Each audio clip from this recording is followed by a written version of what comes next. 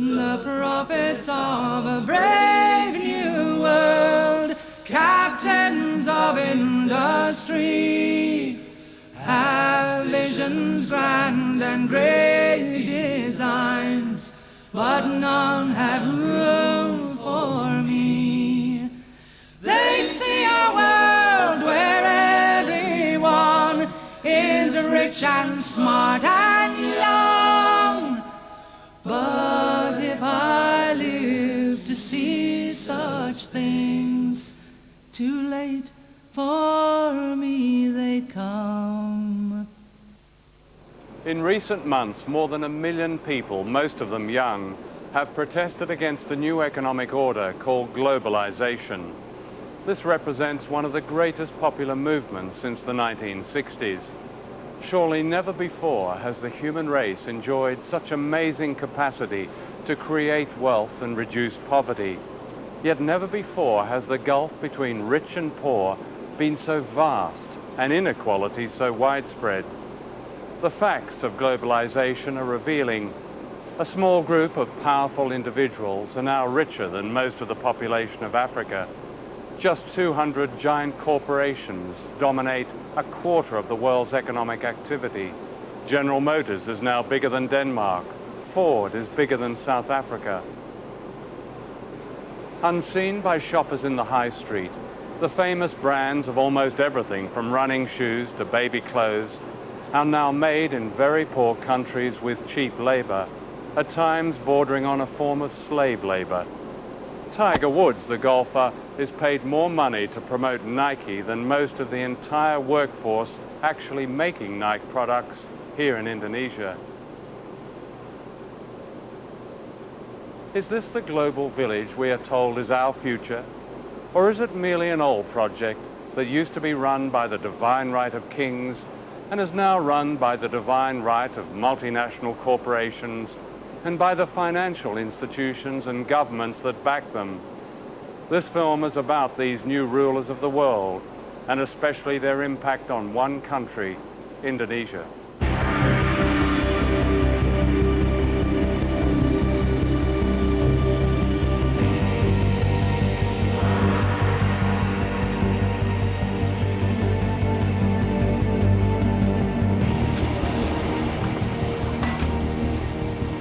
Indonesia is where the old imperialism meets the new.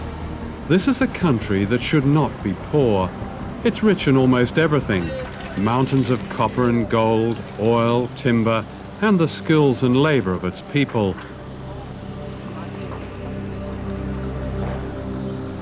Colonized by the Dutch in the 16th century, Indonesia was plundered by the West for hundreds of years, a debt that is yet to be paid back.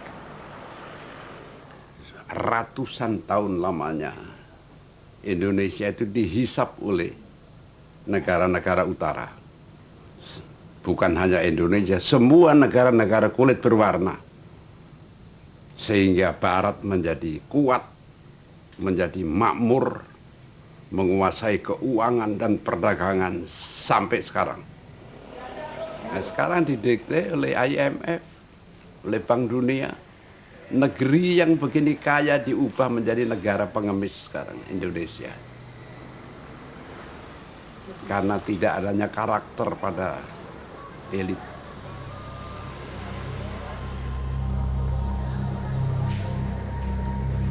Globalization is used by its champions to suggest a coming together of people of all races, of all countries, and it will relieve poverty, it will distribute wealth. What we're actually seeing is precisely the opposite processes in train, that the poor are becoming markedly poorer, while the very wealthy are becoming staggeringly wealthy. And here are some of the staggeringly wealthy. This is a wedding in Jakarta of the Indonesian elite. Two merchant families are being united. 4 years ago, the World Bank called Indonesia a dynamic economic success, a model pupil of the global economy. Among the Versace dresses and diamonds are those who've reaped the benefits of the new global freedoms. Freedom to watch money make more money. In this respect, they could be any nationality. Outside this wedding, there's another world. In Indonesia, as many as 70 million people live in extreme poverty. We calculate that it would take an Indonesian worker, like one of the waiters serving here, 400 years to pay for this wedding reception.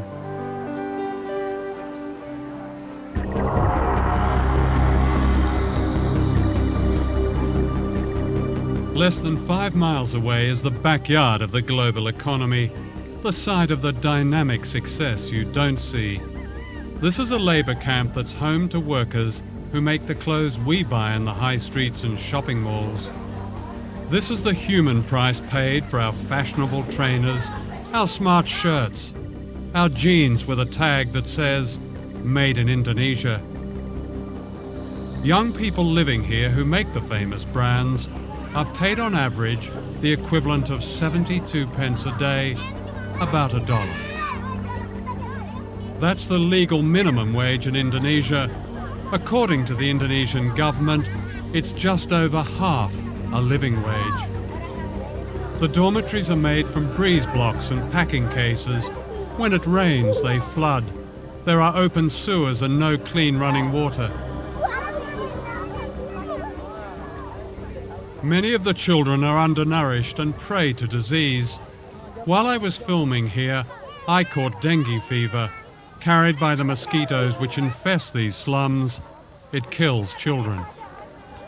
The conditions here are not very different from workers' camps in other parts of Asia, in Africa and Latin America, where the famous brands are also made cheaply for lucrative Western markets.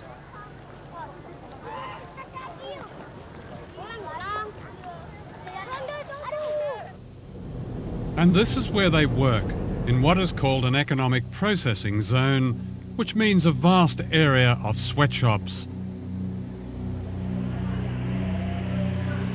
The factories may look modern, but once you step inside, you feel the claustrophobia of the workers, the sheer frenzy of their production, and you see their fatigue.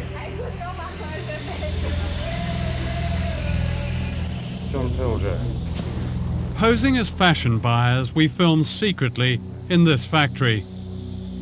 The factories are owned by Taiwanese and Korean contractors who employ cheap labour to make the products of famous brands such as Nike, Reebok and Adidas. We looked at one famous brand, Gap.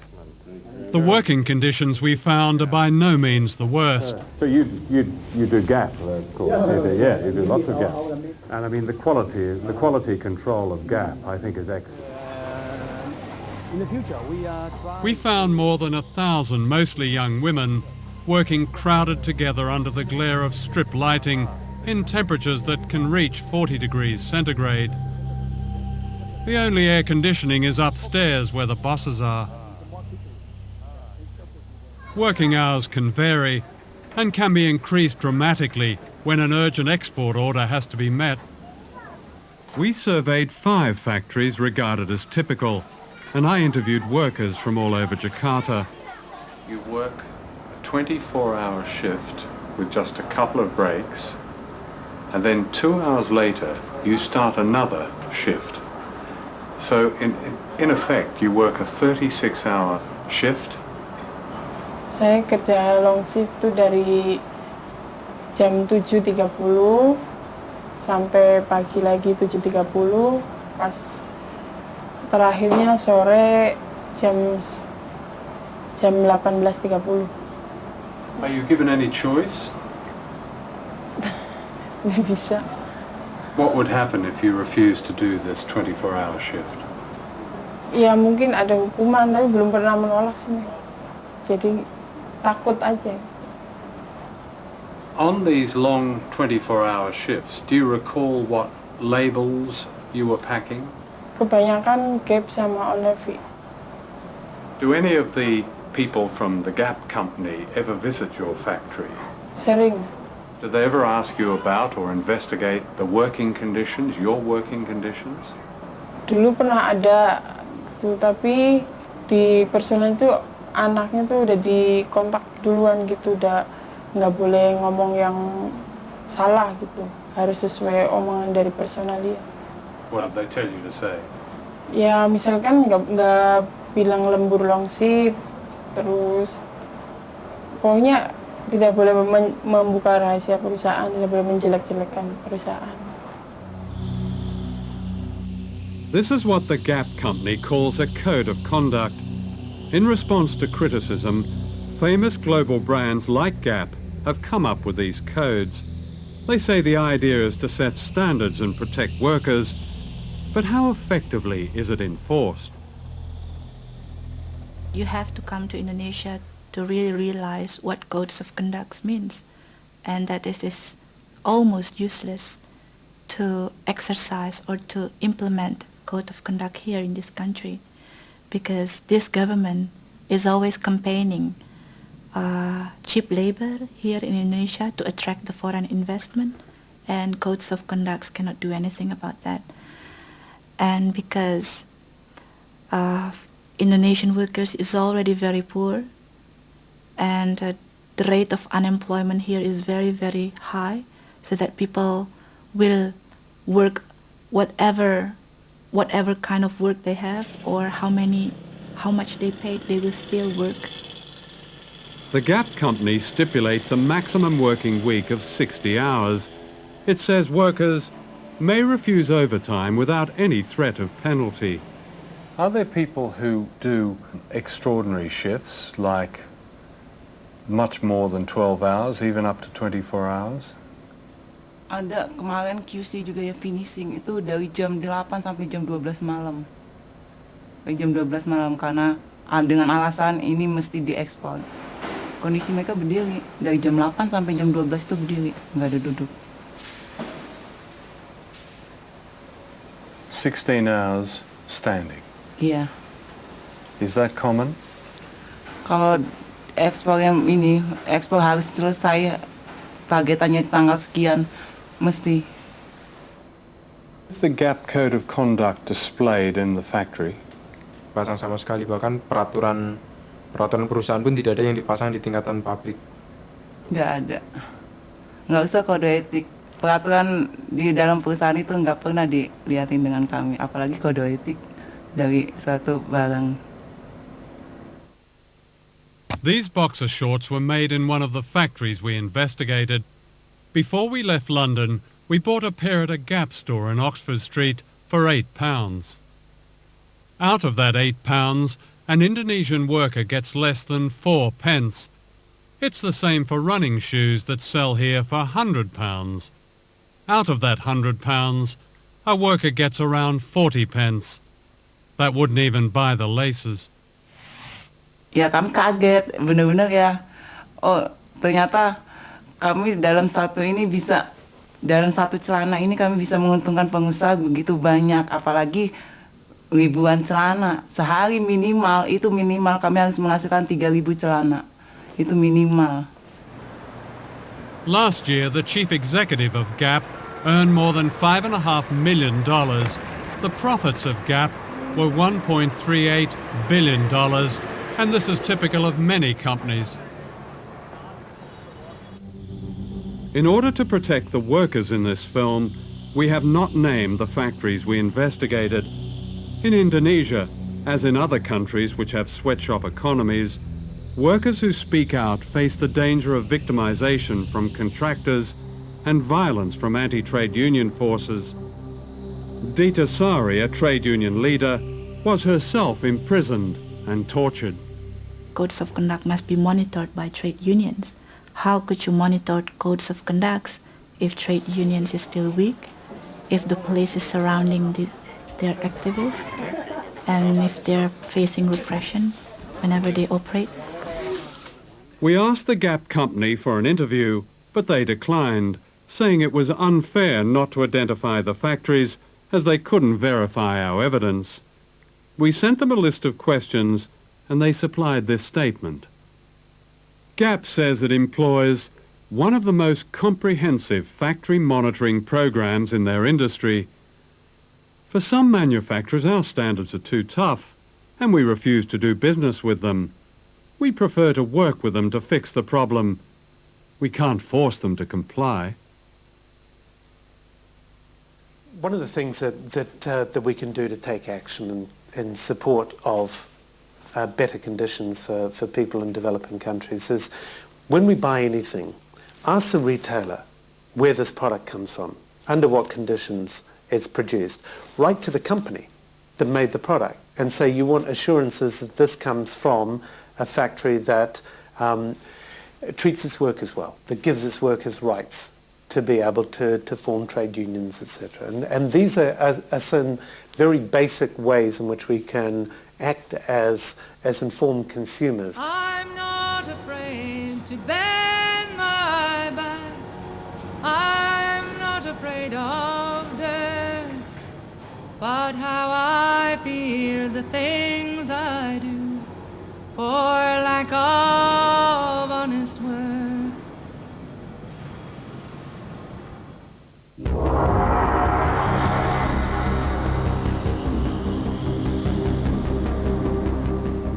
Globalization in Asia has a secret history. The great sweatshops and banks and luxury hotels in Indonesia were built on the mass murder of as many as 1 million people, an episode the West would prefer to forget. But many people here have not forgotten. In recent years, people all over the country have begun searching for the remains of loved ones murdered when General Suharto seized power in the mid-1960s, aided by the United States and Britain.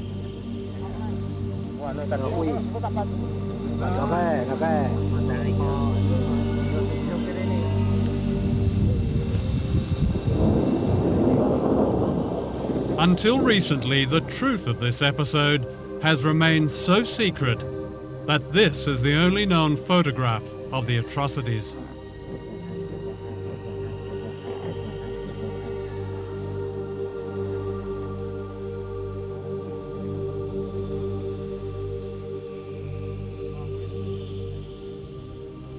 One day in early October 1965, a gang of thugs entered this school in Jakarta and beat to death the headmaster. He was suspected of being a communist. His murder was typical of the slaughter of more than 1 million people, teachers, students, civil servants, peasant farmers. Described by the CIA as one of the worst mass murders of the 20th century, the origins of this terrible episode have been covered in mystery. Certainly it brought to power General Suharto.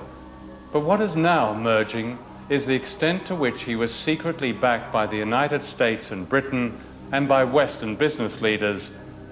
Within a year of the bloodbath, Indonesia's economy was effectively redesigned in America, giving the West access to vast mineral wealth, markets and cheap labor, what President Nixon called the greatest prize in Asia. To Western business, the great value of General Suharto was that he succeeded in getting rid of the founder of modern Indonesia, Ahmed Sukarno, a nationalist who believed in economic independence for his people. He kept the great Western corporations out of Indonesia and threw out their agents, the World Bank and the International Monetary Fund. It was only when one of his generals, Suharto, seized power that the door was open to Asia's greatest prize. When the Suharto regime came in after the putsch, they were able to make a lot of the fact that they were calling the IMF and the World Bank back in. They were going to rescue them, you see, and British propaganda in particular made a lot of this. You know, the IMF was decent, and it was going to bring order, and everything was going to be lovely in the Indonesian garden. And as I say, a British diplomat still alive has said to me that was very much a part of the deal. Britain and the United States secretly conspired to back General Suharto. The American ambassador assured him that the US government is generally sympathetic with and admiring of what the army is doing.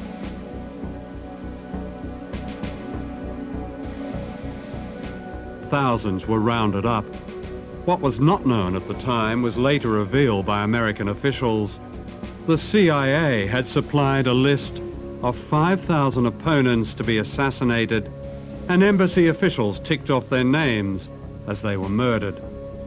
The British ambassador recommended a little shooting as an essential preliminary to effective change. In the first few days, the British sources in particular purported not really to know what was going on. Of course they knew what was happening. I mean, there were bodies being washed up on the lawn of the British consulate in Surabaya. There were bodies floating all over the Malacca Strait and so forth. A man called Hadi Broto, a lieutenant colonel or something, was anxious to take some troops, Indonesian troops, from the east coast of Sumatra, from the northeast coast of Sumatra, to east and central Java, so that they could take part in what we now know was this terrible Holocaust, really. He found a Panamanian ship, and the ship sailed with the troops down the Malacca Strait, escorted by 2 British warships. So the British were directly involved in, as what you describe as a Holocaust? Well, I would count that some sort of involvement, wouldn't you? The American press reported these events not as a crime against humanity, but in terms of their economic advantage to the West. Time magazine called them vengeance with a smile. And the West's best news for years. Others described a gleam of light in Asia. The seeds of globalization were planted in the bloodbath. In 1967, the Time Life Corporation sponsored a conference in Switzerland that planned the corporate takeover of Indonesia. It was attended by the most powerful businessmen in the world, such as David Rockefeller. The giants of Western capitalism were represented. The oil companies, the banks, General Motors, British Leyland, ICI, British American Tobacco, Lehman Brothers, American Express, Siemens. Across the table were Indonesian leaders approved by General Suharto. For Western business, it was the start of the gold rush which later became known as globalization. No one mentioned the killing of 1 million people.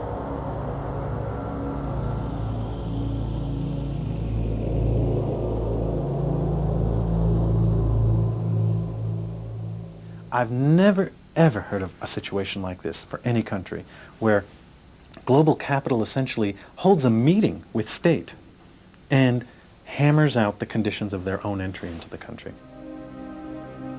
The conference went on for 3 days. The first day was when the Indonesians spoke and essentially made their case. They divided into 5 different sections on the second day. Sectoral meetings, mining in one room, food services, light industry in another, banking and finance in another, Chase Manhattan was there, and simultaneously they hammered out policies that were going to be acceptable to these global investors on a sector-by-sector basis, with each of the people going around the table saying, this is what we need to see, this, and they basically designed the legal infrastructure for investment in Indonesia.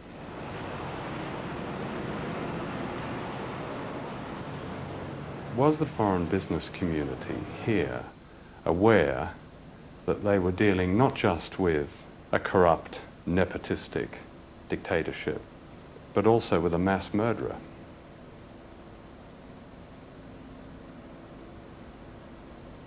That's a very general question. Well, no, it's quite specific, actually. I mean, mass murder is mass murder.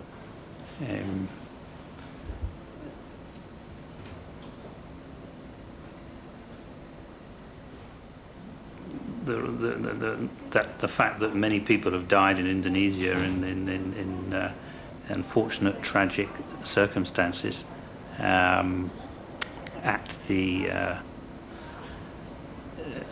directly or indirectly as a result of the previous regime is hugely unfortunate. Whether if foreign investment had not been here, that would have prevented in any way those events occurring. Nobody has perfect vision on what might have been.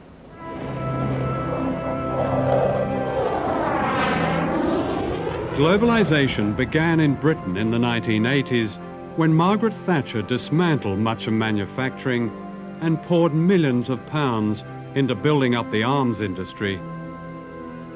Indonesia became an important British arms market, and General Suharto was sold everything lethal, from fighter aircraft and missiles to warships and machine guns.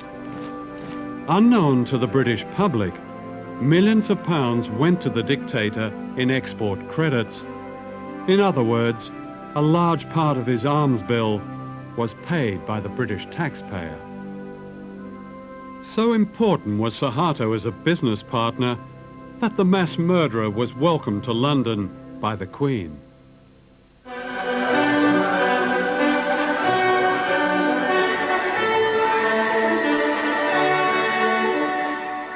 Who are the new rulers of the world? Their empire today is greater than the British Empire ever was. This is the center of this new empire, all within a square mile in Washington. Down the road from the White House and the US Treasury is the World Bank and the International Monetary Fund.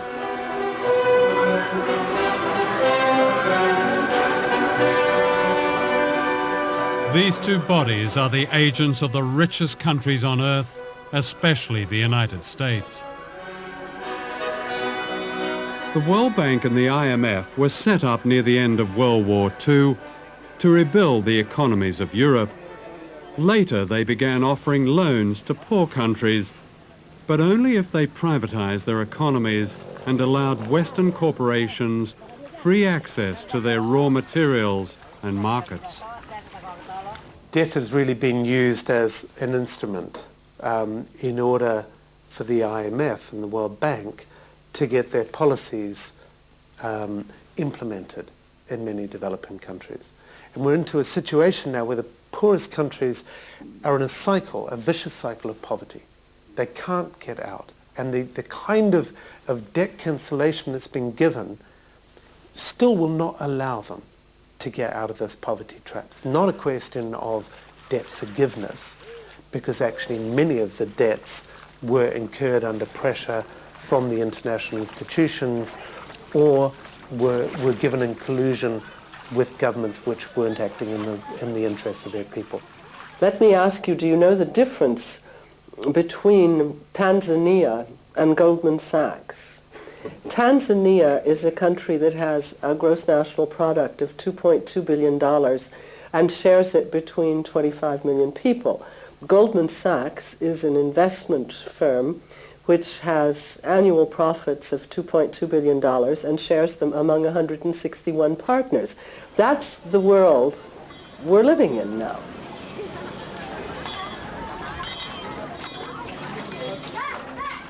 The World Bank says its aim is to help poor people, promoting what it calls global development. It's an ingenious system, a kind of socialism for the rich and capitalism for the poor. The rich get richer on running up debt, cheap labor, and paying as little tax as possible, while the poor get poorer as their jobs and public services are cut back in order to pay just the interest on debt owed by their governments to the World Bank.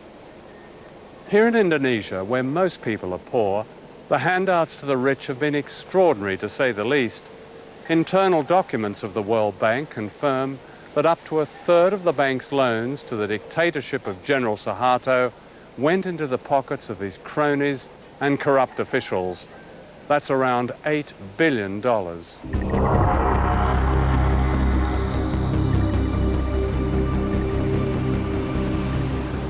Globalization means that capital, big money, can be moved anywhere at any time without warning. In 1998, short-term capital was suddenly pulled out of Asia, crippling the miracle economy overnight. When the Indonesian rupiah collapsed from being roughly 2,500 rupiah to the dollar to being what it is now, 10,000 rupiah to the dollar, The costs to Nike for each Indonesian laborer was cut to 25% of what it had been. And Nike got a great discount on Indonesian labor as a result, and did not unilaterally raise Indonesian wages to the same standard they had been prior to the devaluation of the rupiah. With the economy collapsed and Indonesia on the verge of revolution, Suharto was forced to step down, having already stolen an estimated $15 billion. During his reign of more than 30 years, Suharto had handed out public utilities to his family and cronies. They owned most of the national power grid. Nothing was overlooked, from TV stations to a monopoly on taxis. Driving from Jakarta Airport, you even paid a toll to Suharto's daughter. These unfinished buildings are monuments to corruption on a scale unheard of in modern Asia, to what the World Bank called the miracle economy. The bank presents itself as an economic development agency focused on the reduction of poverty. But in fact, the bank operated during the entire Cold War as an institution that distributed resources to mostly authoritarian regimes in the Third World that supported the West in the Cold War. So you had the irony of the West claiming that what they were defending in the Cold War was democracy and a certain vision of freedom, but doing so by upholding dictatorships like Indonesia around the world. What they did was they had plenty of projects, some of which surely were valuable, many of which were not.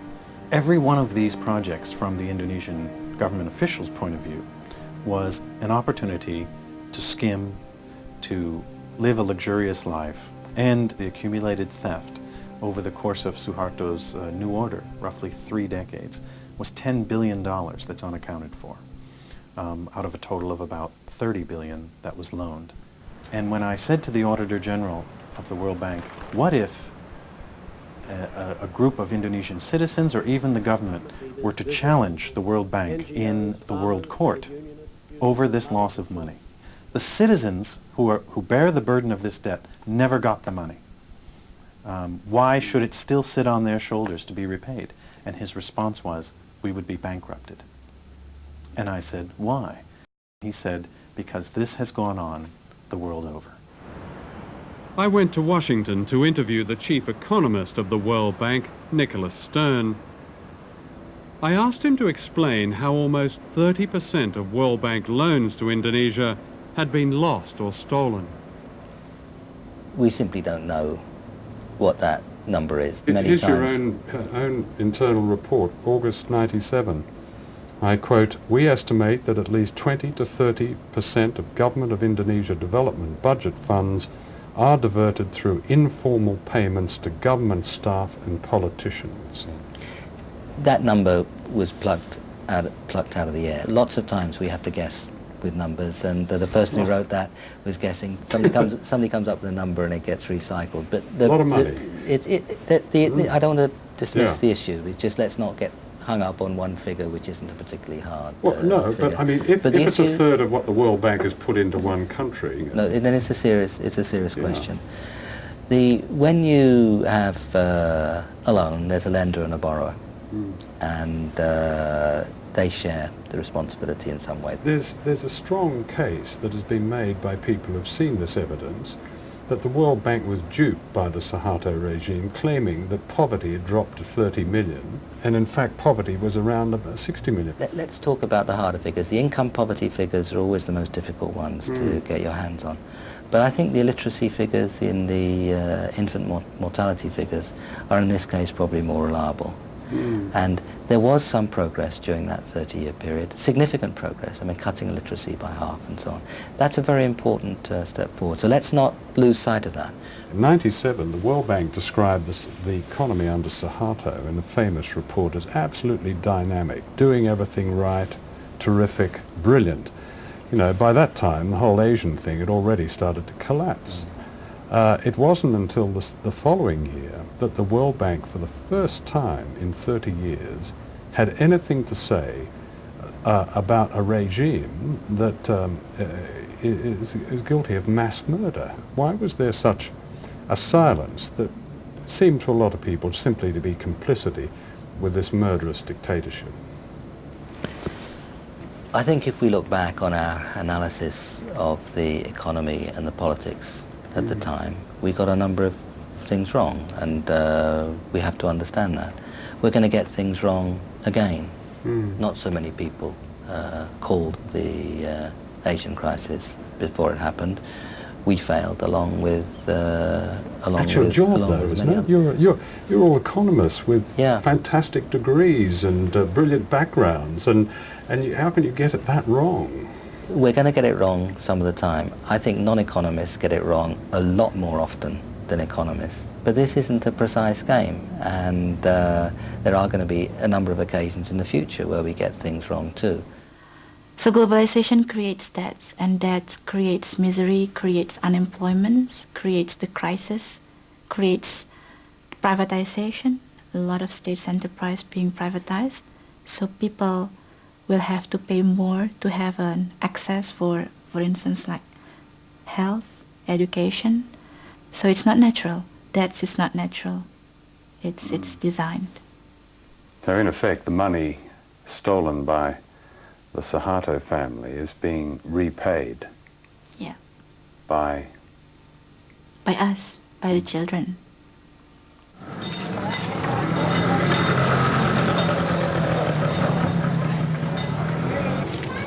Every day, more than $100 million is transferred in debt repayments from the poorest countries on earth to the richest.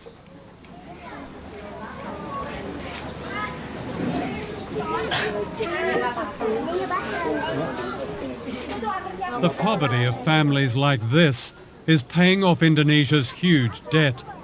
The conditions of the IMF's latest loan include a reduction in subsidies on certain fuel and food. Half this man's monthly wage of less than £40 goes on medical treatment for his children who suffer from a serious blood disorder. As prices go up, he cannot even afford the special drugs that keep them alive. Keadaan anak saya yaitu yang pertama dia menderita sakit. Jadi tiap bulan dia harus transfusi darah. Jadi kalau seandainya nggak transfusi darah, dia tiap akhir bulan itu pucat kayak sekarang contohnya. Bibirnya udah pada putih dua-duanya. Jadi akhir bulan itu mesti harus transfusi darah. Itu udah pasti. Pusingnya bukan kepalang. Ya kalau seandainya saya sakit gitu nggak bisa masuk kerja, ya udah apa boleh buat. Paling kita bisa cari pinjaman buat berobat anak gitu. Nanti setelah kita kerja lagi baru kita bayar gitu. Kita cicil. Udah mandi kok masih. Kalau seandainya gitu ya, barang-barang naik, sedangkan UMR gaji gitu naiknya nggak seberapa, ya kita otomatis ya kita serahin diri sama Tuhan aja dah. Mungkin yang jelas mungkin berobat pun kayaknya nggak bisa. Jadi kita pasrah apa adanya. Sebab gimana kalau kita paksain untuk harusnya setiap pagi anak-anak kasih teh manis, sekarang enggak. Susu juga enggak. Ya paling kita bisanya teriak sama pemerintah, ikut lewat FNPBI begitu. Kita tuntut pemerintah dengan supaya naikin UMR 100%. Yang penting sekarang kan alhamdulillah bisa ketemu buat berobat. Biar walaupun kita makan pakai ikan asin, tapi udah alhamdulillah. In the global economy, one American corporation dominates the world trade in food grains, while almost half the world's population, like this family, attempt to live on less than $2 a day.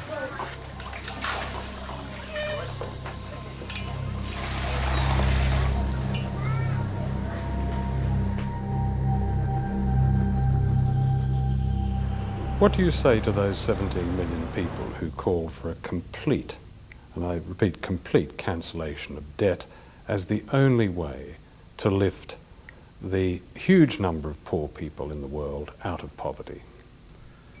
I'd say two things. first, what will lift people out of poverty is not cancelling their debt, but what policies their countries pursue, whether they educate poor people, whether they give them health. And so the question, and then what sort of economies they try to run. Do they integrate them into the world economy, or do they run corrupt economies? Those are the primary determinants of how well countries will do. That is the answer to what determines whether people get out of poverty. It can be done. It has been done. Should we cancel the debt? Canceling debt is one way of giving resources to poor countries. Mm-hmm. What I'd like to see is a much greater flow of resources to poor countries. I'd like to see the markets of the industrialized countries opened so that these countries where people are poor and can produce agriculture are able to export. That's what will get them out of poverty. The statement debt relief is the only thing that will get them out of poverty is wrong. It would help, provided it is accompanied by a whole set of other measures. But surely debt, even in one's own life, and especially a poor person's life, is the greatest cause of real poverty. No. And when you have a country devoting half its budget to paying off a debt, when you have the poorest countries in the world sending out millions of dollars into the rich world, surely as a priority that debt has to be either relieved substantially or go altogether. Doesn't that make it just seems common sense to me? If I got that wrong? Yeah, you've got it wrong. Oh, let me explain. Okay. First of all, you are indebted, and I am indebted. And I would not be better off if I was somebody to come and cancel my debt, because I'd never be able to borrow again. And debt is a normal way of borrowing in order to do things, purchase goods, invest, when you don't have the resources, and they'll generate an income and you'll repay. So the notion that all debt should be canceled is a bad one. Financial systems operate on the basis of debt that is paid. The Human Rights Commission of the United Nations, in a very comprehensive report, said, and I quote, "The institutions of globalization have yet to seriously address the issue of human rights in a democratic fashion. Globalization has caused global conditions of inequality and discrimination." What's your response to that? I simply can't respond because I have no idea what evidence they're referring to. Globalization has caused discrimination? I'd have thought it was the opposite. I'd have thought that... No, for instance, they singled out workers in third world economic processing zones. Again, part of a prescription, may not be IMF prescription, but certainly part of a global prescription, in which it said these workers were prey for exploitation, and because unemployment, for instance, they mentioned Indonesia, had been forced down by the so-called economic crisis of the late 90s, their human rights were lost. No, Indonesia grew as a result of integrating into the global economy from the 60s on. And incomes in Indonesia rose. It was a dictatorship. Some of their rights were suppressed, and it was a very bad dictatorship. Excuse me, Mr. Fisher, as you say, some of their rights were repressed. A third of the population of East Timor died or were killed under the Suharto regime. What are you asking me that question for? Do you think we supported the Suharto regime? Well, don't be ridiculous. Well, did you speak out against it? Did your institution, the IMF, speak out? The World Bank didn't. The first time after 30-odd years in there, the first time they spoke out was 1998. What did the IMF say about it? When the IMF went into Indonesia, it insisted on a removal of a host of corrupt practices that began to weaken that regime. It was not an intended consequence, but it was intended that we went in and helped remove the corrupt practices in a variety of monopoly areas.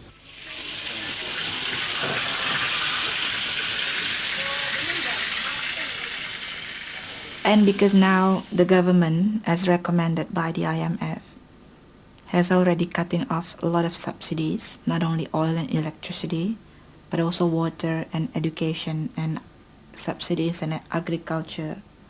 So it means that the workers, if they have sons or daughters, they have to pay more if they want to put their children to school.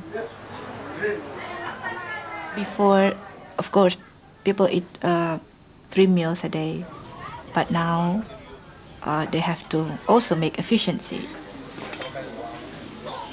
So they eat, instead of 3, they eat twice a day, and or they reduce the quality of the food.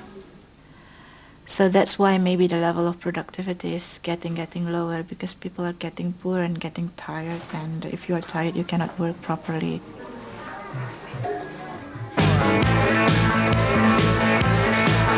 You know capitalism is a lovely law. It says don't count less itself. When it costs too much to build it at home, you just build it cheaper someplace else. Well, it's down on the union and was made in the USA.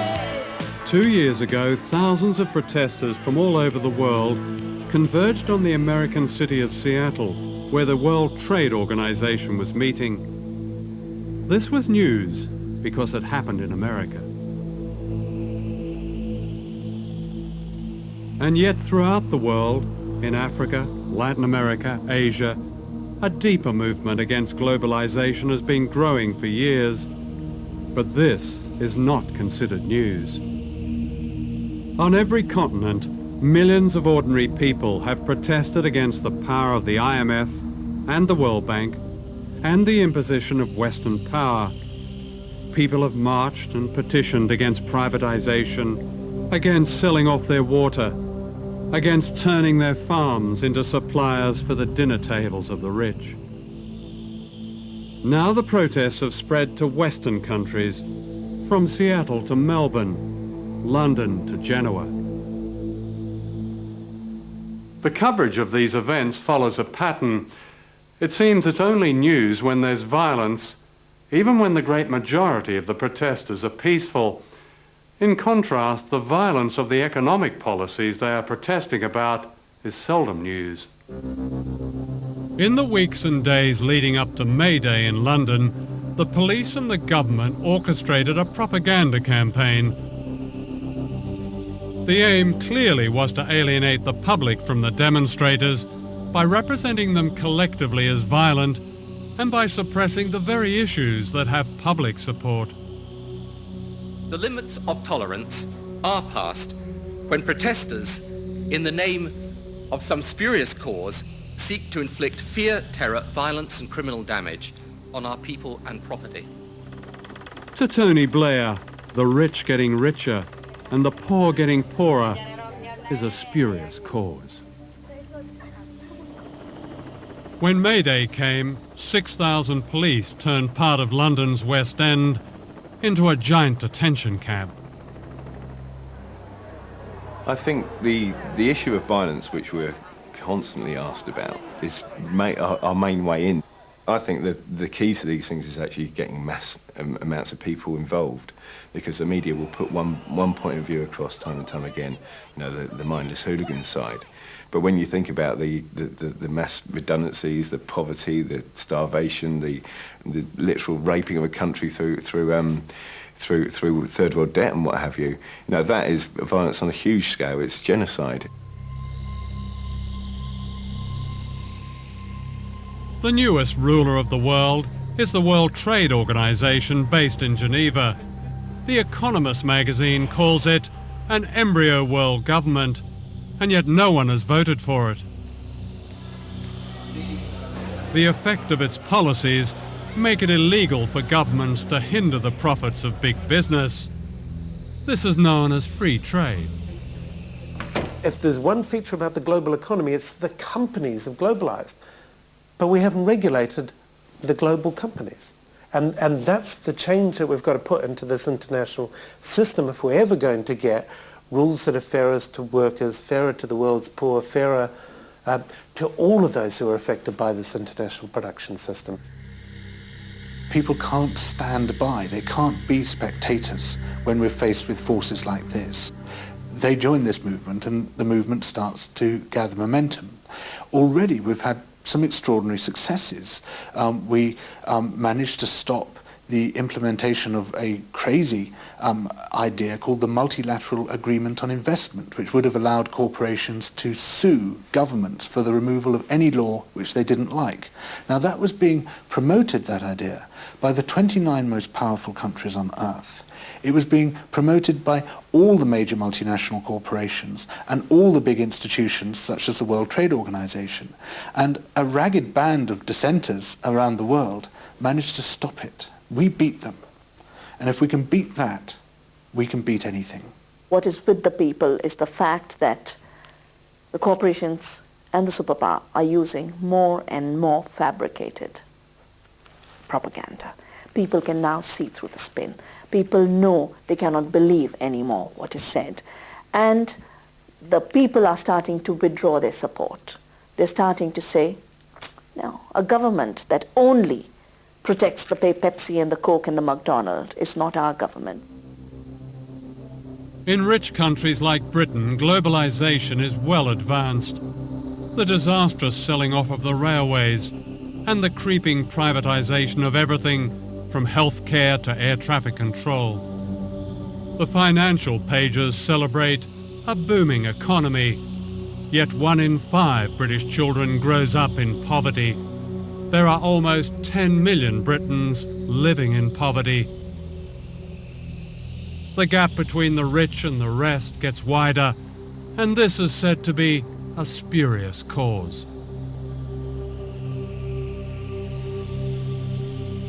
All over the world, millions of ordinary people are asking why they have no say in decisions that bring hardship to their lives. They don't accept the view of President Bush and Prime Minister Blair that there's no other way. In Britain, the fact that only 25% of the electorate voted for the Blair government is part of this great unease.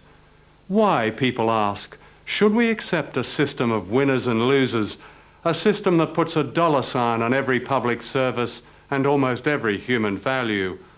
Why not abolish the World Bank and the IMF and the World Trade Organization and replace them with genuine trade and development institutions that are democratically accountable? And why not cancel a debt that condemns nations like Indonesia to poverty and disease? These are dangerous times. The one superpower left in the world has made its ambitions clear. This is a document of the United States Space Command. It says, the globalization of the world economy will continue with a widening between haves and have-nots. It says only military dominance will protect America's commercial interests. Why should we accept this? Why should our children have to face these divisions and dangers? None of them is God-given. All of them can be changed.